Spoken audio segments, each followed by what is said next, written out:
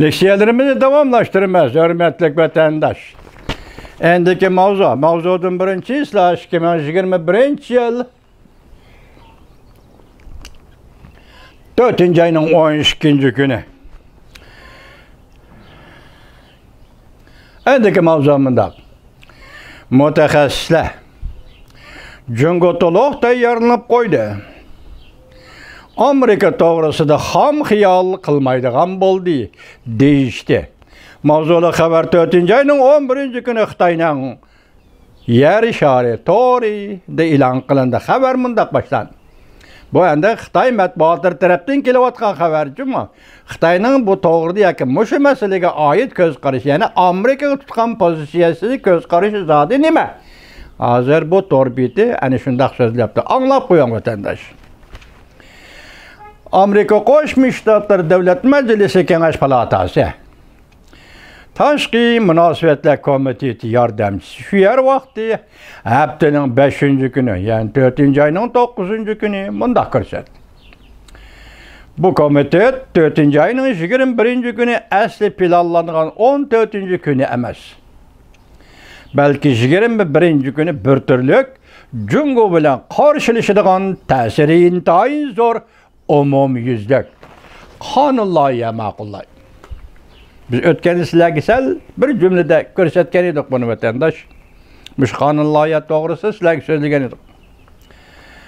Bu komitetda Demokratlar partiyasi va Cumhuriyetchilar partiyasi mansublari, ya'ni davlat majlisida Demokratlar partiyasi va Cumhuriyetchilar partiyasi mansublari shu yer vaqti 4. ayning 8. kuni 2001 yillik strategik raqobat qonun loyihasi ma'qullaydiganligini e'lon qildi. Bu qonun loyiha bir qator Cungo bilan qarshilashadigan diplomatiya va strategik takliflarni o'z ichiga oladi. Bu qonun loyiha ikki partiya a'zolarining Cungo bilan aloqa muloqotda bo'lganda qattiq pozitsiyada bo'ladiganligini aks ettirib berdi. Xabarda mundaq ko'rsatildi. Cungo masalasi Amerikada ikki partiya a'zolari izchil ko'ngil bo'ladigan masaladir. Demokratlar partiyasi qonun loyihaning 4. ayning 14. kuni ma'qullanib, Senatda ovoz qo'yishini umid qilgan edi. Lekin Cumhuriyetchilar partiyasi a'zolari bo'lsa bu qonun loyihani bir haftaga kechiktirib, ko'proq vaqt chiqarib, bu qonun loyihaning yezilishi va o'zgartirishiga vaqt sarf qilmoqchi bo'lgan. Hong Kong Janubning Sari gazetining to'rbiti 4. ayning 10. kuni xabar qilib, bundaq ko'rsatdi vatandosh.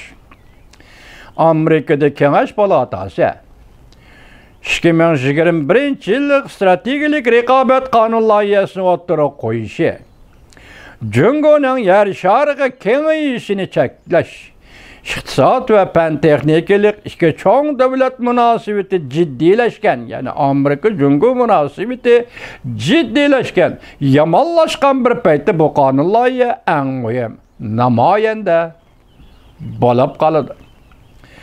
Shanghai TDV maslahat so'rash shirkati hamkorlashuvchi Kamlon Johnson mundaq dedi. Bu qonun loyiha Cungo'ning har bir texnik shirkatlari uchun aytganda intayin chunqur ta'sir ko'rsatdi. Xabarda mundaq ko'rsatildi. Amerika Kengash palatasining bu turlik taklifi Prezident Joe Bidenning ulug'vor irodasi bo'yicha bergan va'dasiga yaqindan ergashadigan qonun loyihasidir.